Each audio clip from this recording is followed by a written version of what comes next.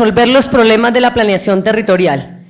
Esta presentación la hace Santa María y Rojas Consultoría Política, entonces seguro a todos los que hacen política en sus territorios les interesará escuchar esta herramienta tecnológica, saber cómo funciona y cómo podemos hacer alianza con Santa María y Rojas. Bueno, estamos llegando, por lo menos, ya van llegando el público. Pues ser los últimos tiene dos retos. Uno, tratar de mantenernos activos como hemos estado desde las 8 de la mañana. Ser súper activos. Supongo que cuando somos consultores como Santa María y Rojas, ¿sí? Siempre somos muy pragmáticos, entonces vamos a evaluarlos, a ver si los contratamos y demás. Bueno, Nicolás y equipo, muchas gracias por haber aceptado la invitación. Entonces, pues...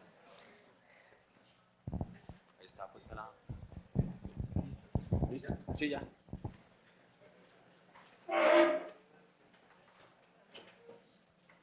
Un buen plan de... Pero no... Sí, la presentación.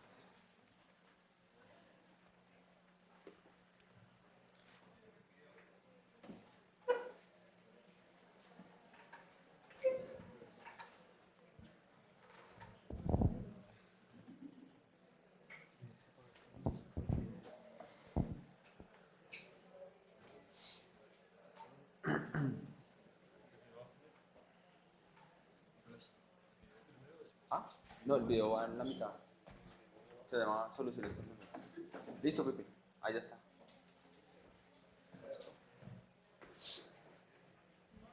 Bien, muy buenas tardes para todos y para todas. De verdad que como empresa y también como académicos estamos felices de acompañarlos. Como dijo Doris, vamos a tratar de ser los más pragmáticos posibles.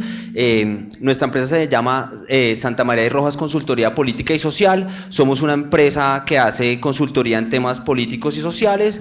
Básicamente lo que le ofrecemos a nuestros clientes son estrategias exitosas para triunfar tanto en el plano de la gestión pública como en el plano de la política. Contamos con un grupo de profesionales, somos alrededor de 10 consultores de distintas disciplinas que ustedes después, si necesitan más detalles sobre nuestras hojas de vida, bien se las podemos pasar. Siguiente. Bien, nuestras líneas de trabajo son básicamente, nosotros hacemos estudios y encuestas de opinión pública desde el sector privado, hacemos mercadeo político y social, asesoramos tanto gobiernos como candidatos en elecciones, hacemos seguimiento y análisis a la actividad legislativa y... se me pasaste ahí.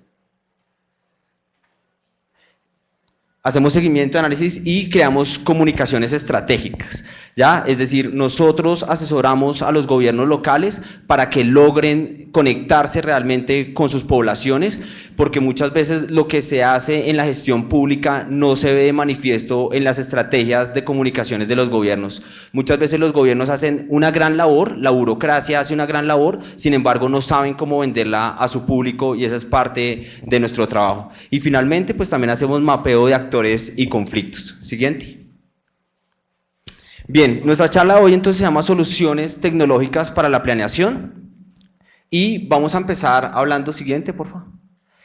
Vamos a empezar hablando de cuáles son los requisitos para la democracia. Básicamente, desde los autores clásicos de la ciencia política, particularmente los trabajos de Sidney Verba, una de las primeras cosas que se reconoció sobre la democracia es que la democracia no solamente necesita elecciones, la democracia necesita de una buena burocracia que garantice que la democracia se haga efectiva. Es decir, yo no puedo pensar en un territorio democrático si no tengo una burocracia que se asegure de que esa democracia se haga real.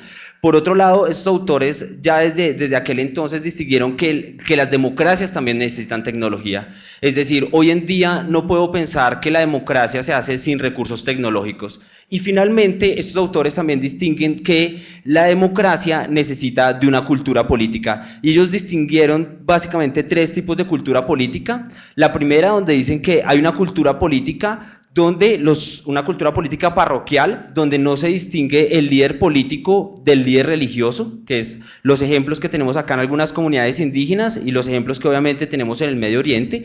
El segundo tipo de cultura política es un tipo de cultura política donde el ciudadano simplemente se ve como sujeto de las decisiones del sistema político, es decir, es el ciudadano que cree que el sistema político elige y que él simplemente es sujeto a esas decisiones que toma el sistema político. Pero hay un tercer tipo de cultura política que es el ciudadano que vemos hoy en día, que es el ciudadano que se ve como partícipe en el proceso político.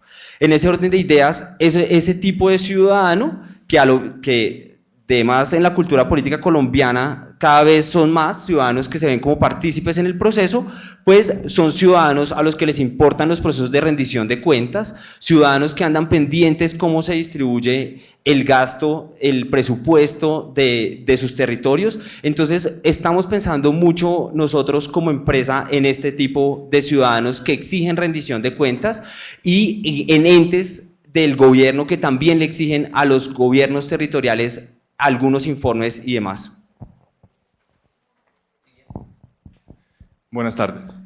Bueno, pues efectivamente, como decía Nicolás, las democracias modernas pues implican no solo la existencia de elecciones y una burocracia especializada, sino también pues hacen referencia a otros principios, digamos, un poco más profundos, como la rendición de cuentas y la transparencia en la gestión pública. Entonces, lo que quiero mostrar un poco en esta presentación es analizar un poco el debate académico que ha hecho la conexión entre esos dos conceptos, entre democracia y rendición de cuentas, analizar cómo ese concepto de rendición de cuentas se ha trasladado a la práctica por medio de dos movimientos, el movimiento del derecho a la información y el movimiento de datos abiertos, y finalmente mostrar un poco cuál ha sido como el avance en la rendición de cuentas en Colombia y también cuáles son los retos, sobre todo a nivel local.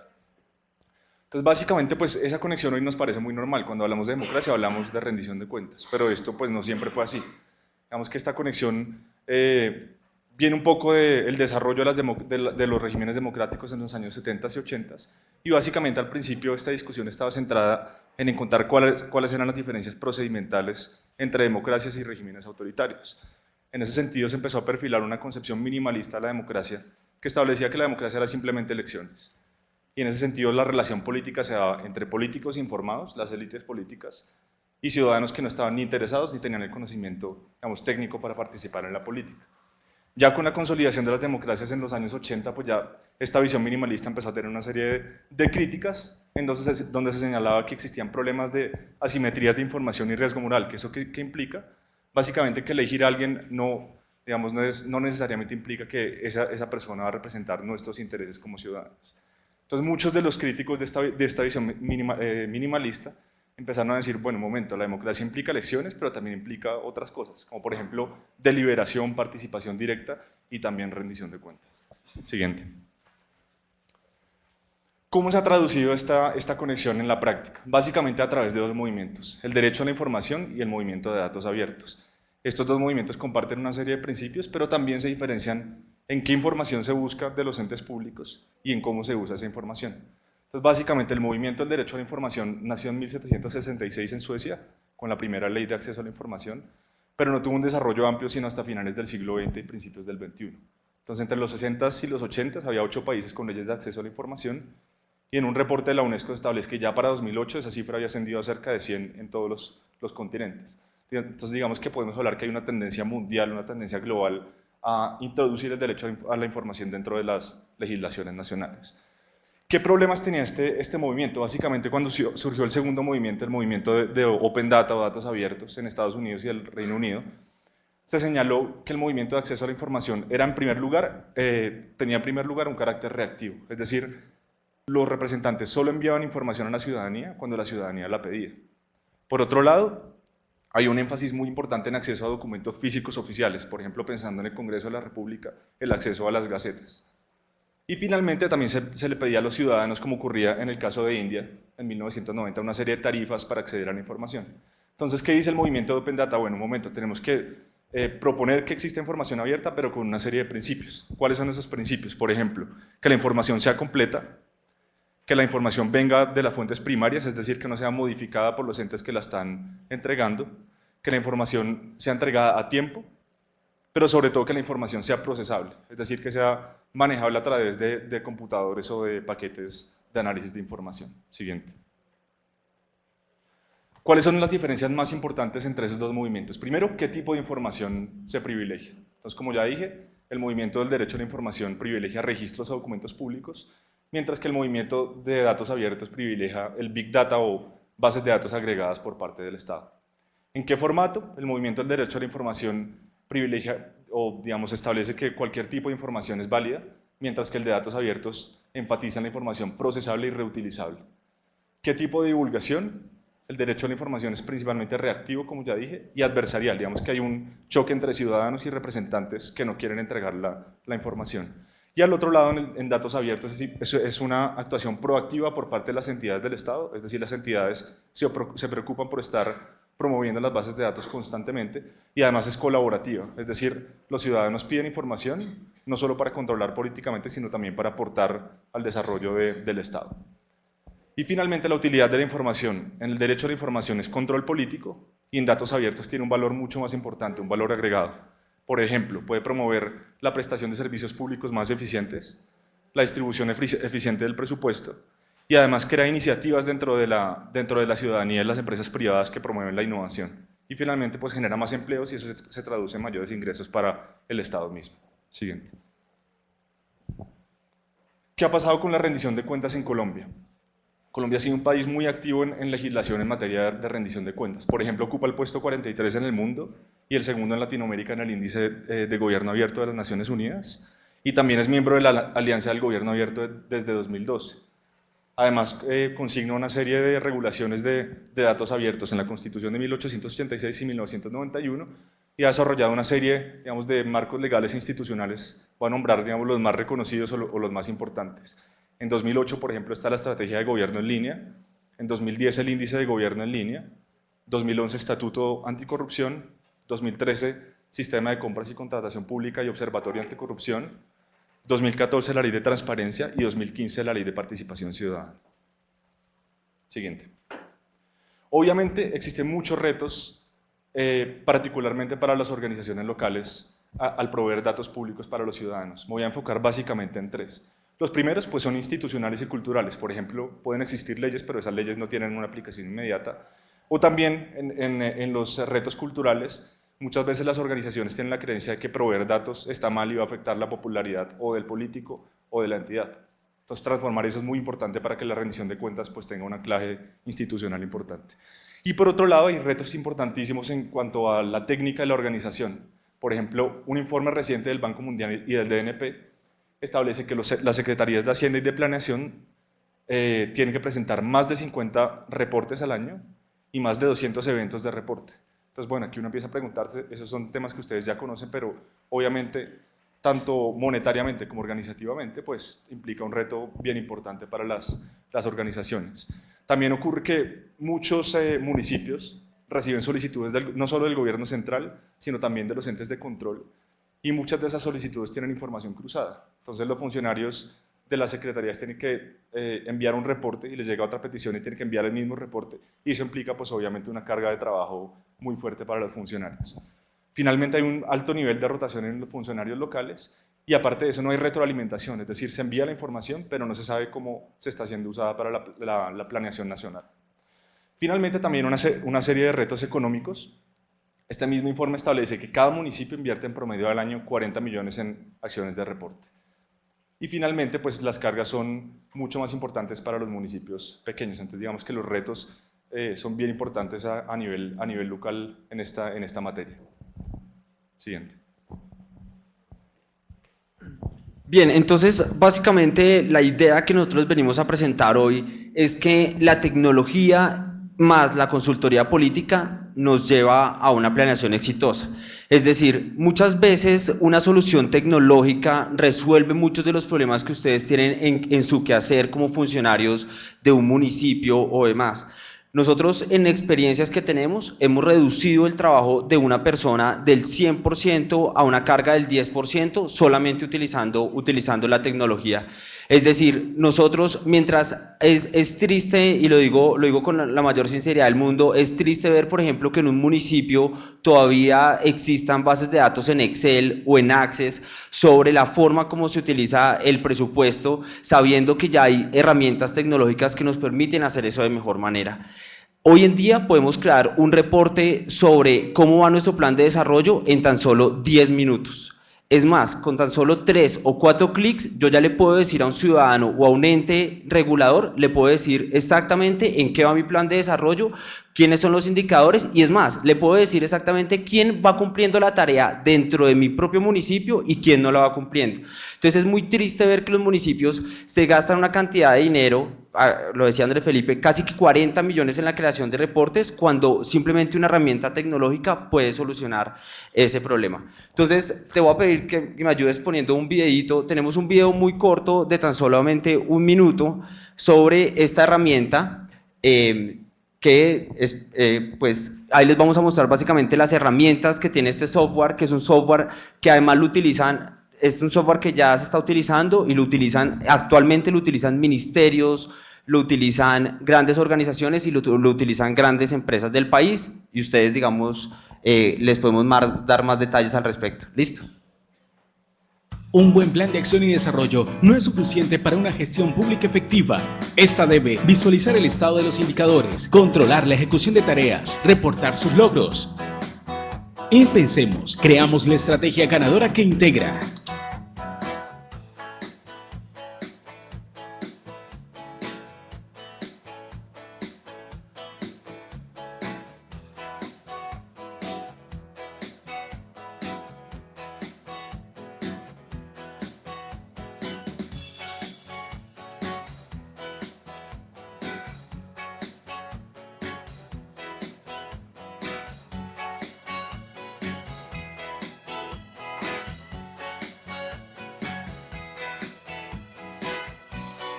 Ayudando a mejorar ciudades, uniendo áreas de cada organización, controlando una operación exitosa.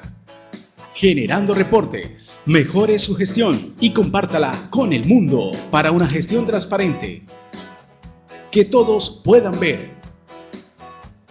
Planee, gestione y reporte su plan de desarrollo con la suite Visión Empresarial de Pensemos. Entonces, en este caso, nosotros nos asociamos con una empresa de desarrollo de software que se llama Pensemos para ofrecerle, si volvemos a la presentación, para ofrecerles, digamos, a ustedes un paquete que les permite tener no solamente un software que les permite planear mucho mejor y hacerle seguimiento a sus planes de desarrollo, sino adicionalmente que nosotros como empresa de consultoría política también les diseñamos las mejores estrategias para que los ciudadanos conozcan cómo van las cosas. Lo que yo les decía, es triste ver tanto trabajo que se realiza en los municipios y tan poco que la gente conoce sobre este trabajo. Siguiente. Bien, entonces, para finalizar, hablemos un poquito del impacto político que tiene esto. Nosotros lo primero que tenemos que reconocer es que la planeación no es solamente un ejercicio técnico, en los ejercicios de planeación también se trata de un ejercicio político y en ese orden de ideas, pues los resultados en planeación también se traducen en votos. Nosotros no podemos pensar que porque las cosas técnicamente estén funcionando bien, los ciudadanos automáticamente van a cambiar su voto o a darme el apoyo porque yo hice las cosas bien. Acá tienen ustedes el caso, por ejemplo, de Enrique Peñalosa, que se vanagloria, digamos, de lo técnico que es, pero al mismo tiempo tiene una ciudadanía que cada vez lo castiga más en las encuestas de opinión.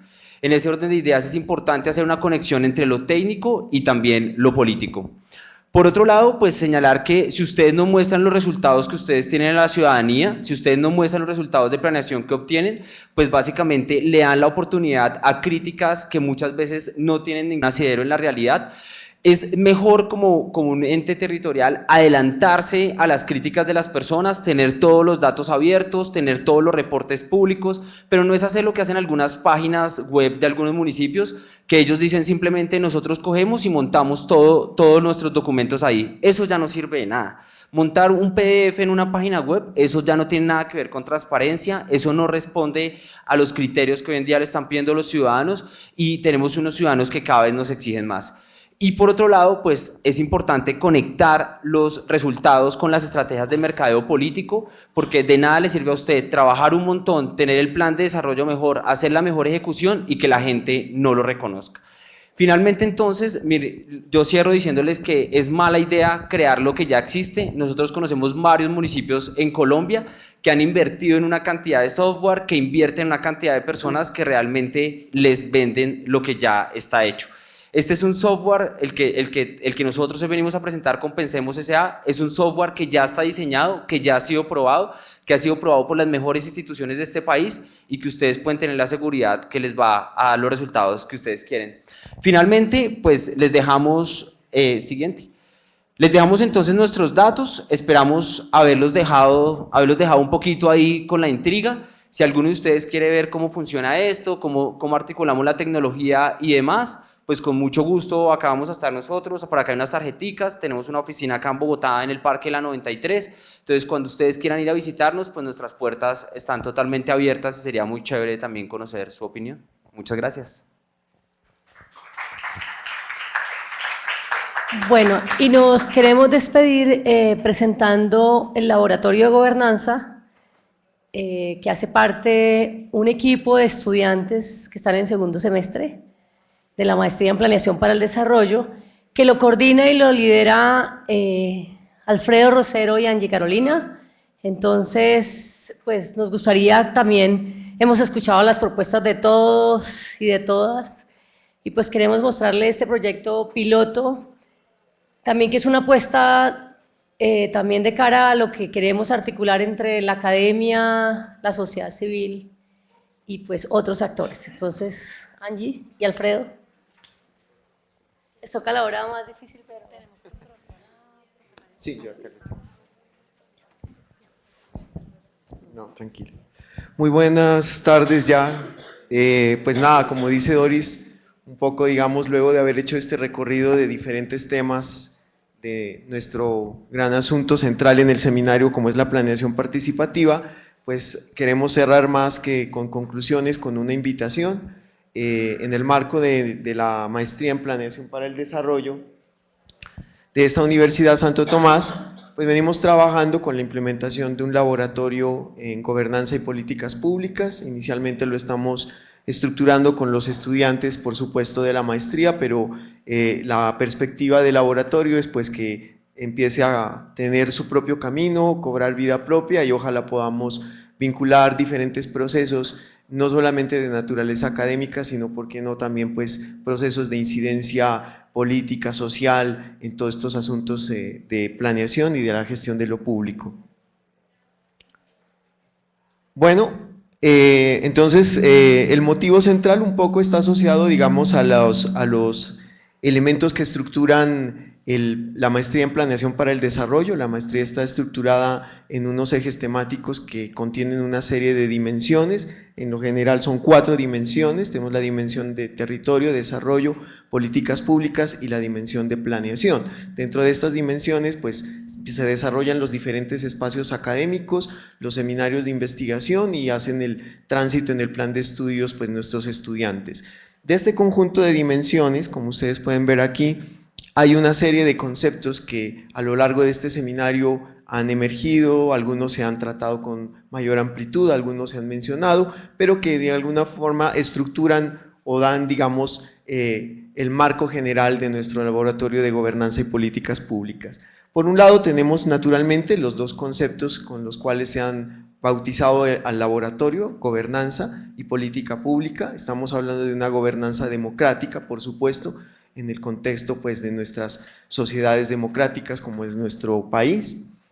El concepto, por supuesto, de política pública, y aquí pues en nuestro país hay un gran trabajo por hacer, porque si bien el gobierno nacional, incluso la sociedad civil, está haciendo esfuerzos ingentes porque se haga un gobierno fundamentado en políticas públicas, en eso en la práctica tenemos una mezcla de muchas cosas. Le llamamos políticas a leyes, le llamamos políticas públicas a planes y le llamamos políticas públicas a cosas que sí son políticas públicas. Pero bueno, en ese universo pues hay un terreno fértil de trabajo que nos parece importante.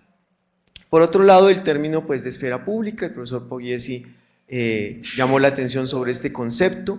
En la centralidad de esta esfera pública está el tema de la gestión de lo público, por supuesto, y sobre todo la acción colectiva y coordinada de los diferentes actores en ese marco, digamos, de gobernanza democrática. Estos son los elementos que estructuran conceptualmente el laboratorio.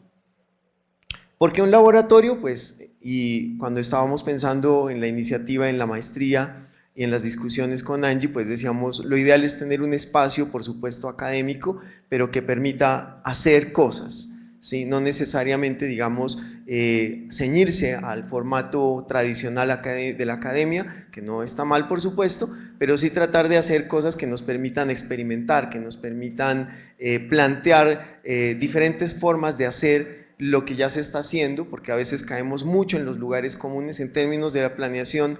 Los lugares comunes siempre están presentes, es como hay que hacerlo así porque siempre se ha hecho de esa manera y no necesariamente hoy por hoy esa es la mejor vía si queremos tomar decisiones importantes para el desarrollo de nuestras comunidades.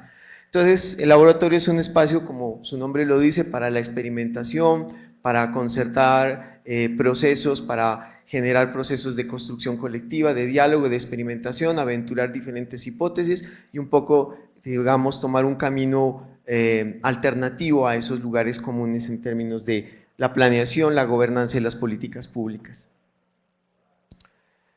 ¿Para qué el laboratorio? Pues obviamente, por supuesto, pues está en un ámbito académico, pues la primera cuestión del laboratorio es ante todo pues estudiar, activar, fortalecer experiencias de gobernanza en un contexto de procesos de política pública, propiciar la construcción colectiva de conocimiento, el intercambio y diálogo de saberes, eso es fundamental, digamos, hoy por hoy si queremos realmente innovar en los diferentes procesos de transformación y cambio, y a partir de eso pues incidir en la acción colectiva coordinada en términos de la gestión de lo público. Inicialmente nuestro laboratorio tiene 3 líneas de acción. Por supuesto, el semillero de proyectos de investigación, que en este momento está conformado con las propuestas y los trabajos de grado que están adelantando los estudiantes de la maestría, el desarrollo de proyectos de gestión asociada, que es, digamos, un siguiente paso a donde queremos ir jalonando toda esta actividad que surge de la academia, pero que tiene que tener una implicación práctica pues, en los temas que son de interés general, de interés público. Y pues obviamente pues fortalecer todos estos procesos a través de diferentes alianzas colaborativas y de coworking con diferentes actores, organizaciones sociales, otras instituciones académicas, el gobierno, por supuesto, ¿por qué no?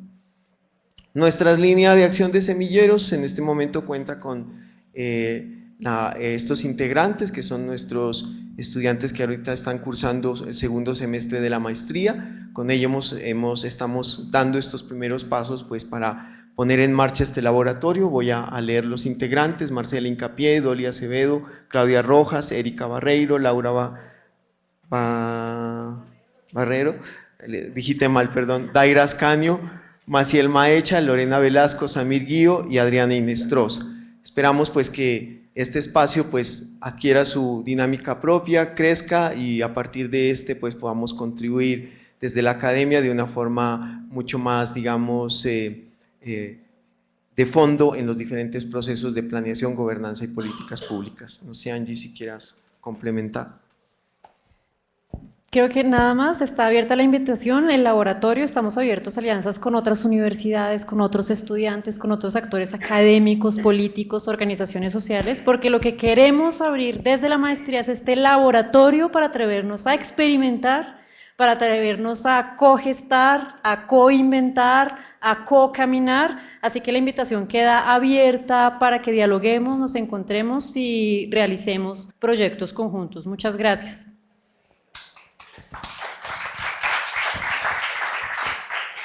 Bueno, entonces a todos y a todas muchas gracias por este día que fue bastante productivo. Creo que nos llevamos muchas ideas para seguir construyendo.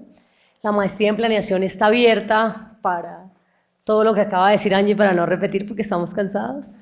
Pero sobre todo la maestría se constituye en un espacio político, de querer cambiar la manera como hacemos planeación, y eso es una apuesta epistemológica que también es política. Entonces queremos que todos estén ahí, que contribuyan y demás. Este es el primer seminario, esperamos el próximo año tener un segundo seminario en cogestión y coparticipación con la UNAD y la Minuto, y nuestro sueño es crear el nodo, con el apoyo de Flaxo, el nodo Colombia de planeación participativa y gestión asociada muy pronto. Entonces, esperemos que todos ustedes sigan ahí atentos. Nosotros estamos ubicados en la calle 52, número 711, en la sede principal de la Universidad Santo Tomás. Muchas gracias. Los certificados, porque me imagino. Entonces nosotros les vamos a dar un certificado de asistencia a este evento, quienes se inscribieron en la jornada de la mañana. Una vez, y los que hicieron a través de la página web, una vez estén inscritos, Manuel Rodríguez les envía un correo diciéndole que ya están los certificados con las firmas de las autoridades de la universidad y ya. Entonces, muchas gracias, bienvenidos. Esperamos.